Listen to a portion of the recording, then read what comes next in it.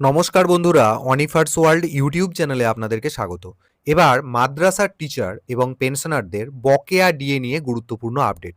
পশ্চিমবঙ্গ মাদ্রাসা শিক্ষা দপ্তরের বকেয়া ডিএ এবং ডিয়ারনেস রিলিফ সংক্রান্ত তথ্য সংগ্রহ করার নোটিশ দেওয়া হলো। নোটিশটি দেওয়া হয়েছে 1 এপ্রিল 2026।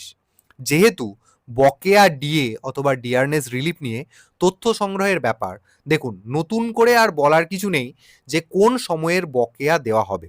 তবুও বলে দিই, এপ্রিল 2008 থেকে ডিসেম্বর 2019 পুরো পিরিয়ড বা আংশিক সময়ের জন্য তথ্য সংগ্রহ করা হবে ডিয়ারনেস অ্যালাওয়েন্স অথবা ডিয়ারনেস রিলিফের হিসেব নিয়ে। কারা পাবেন তাহলে? মাদ্রাসা শিক্ষার সাথে যুক্ত সকল টিচার, নন টিচিং স্টাফ এবং মাদ্রাসা পেনশনার বা ফ্যামিলি পেনশনার যারা রয়েছেন তারা এই বকেয়া পাবেন। তাই সমস্ত জেলার ডিআই এবং এডিআইদের অতি দ্রুততার সাথে তাদের নিজ নিজ এলাকার রিপোর্ট জমা দিতে বলা হয়েছে। সংগৃহীত তথ্য গতকালের মধ্যে মানে 2রা এপ্রিল 2026-এর মধ্যে মেল আইডিতে পাঠিয়ে দিতেও বলা হচ্ছে। তাই মাদ্রাসা কর্মীদের দীর্ঘদিনের বকেয়া পাওনা মেটানোর ক্ষেত্রে এটা একটা অত্যন্ত গুরুত্বপূর্ণ এবং ইতিবাচক পদক্ষেপ।